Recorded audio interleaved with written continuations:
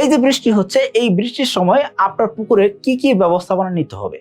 কারণ কি, আপনার মাছ যাতে মারা না যায়, আপনার মাছ যাতে খাবি না খায়, আপনার মাছ যাতে সঠিকভাবে গ্রোথ আসে, আপনি আসলে কতটুকু খাবার দিবেন, কিভাবে খাবার দিবেন, এই সম্পর্কে আপনার কিন্তু বিশদ ধারণা রাখতে হবে। না হলে দেখা যাবে কি, আপনার মাছ খাবি খায় মাছ বাঁচতে পারে, মাছের খাবারের প্রতি অরুচি থাকতে পারে, এবং আপনি ওই সময় খাবার দিচ্ছেন, দেখলেন কি মাছ মারা যাচ্ছে। এই জন্য বলবো, বৃষ্টির সময় অনেক ধরনের ব্যবস্থাপনা আপনাকে নিতে হবে। তার ভিতরে সবচেয়ে ইম্পর্টেন্ট যে জিনিস, সেটা কি করতে হবে, আপনি কোনোভাবে বৃষ্টির সময় কোনো ধরনের রাসায়নিক সার, জৈব সার বা খৈল, বীজাণু এইসব জিনিস আপনি দিবেন না। লিকুইড কোনো খাবার আপনার পুকুরে প্রয়োগ করবেন না।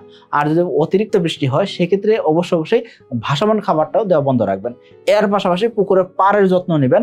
পুকুর পাড়ে অবশ্যই চেষ্টা করবেন যাতে যত ধরনের গাছপালা আছে, সেই গাছপালাগুলা মোটামুটি গাছপালা না কাটার জন্য।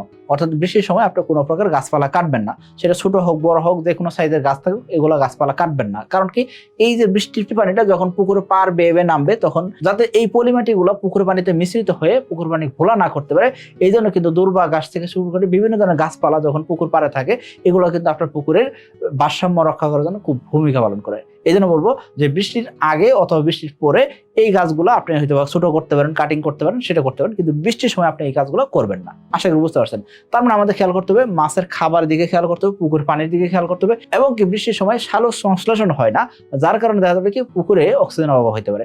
এই ক্ষেত্রে অবশ্যই আপনাকে খেয়াল করতে হবে, বৃষ্টির আগে, বৃষ্টির মাঝখানে এবং বৃষ্টির শেষে আপনাকে পুকুর পাড়ে বসে যাই দেখতে হবে মাছের কোনো অক্সিজেন স্বল্পতা হচ্ছে কিনা।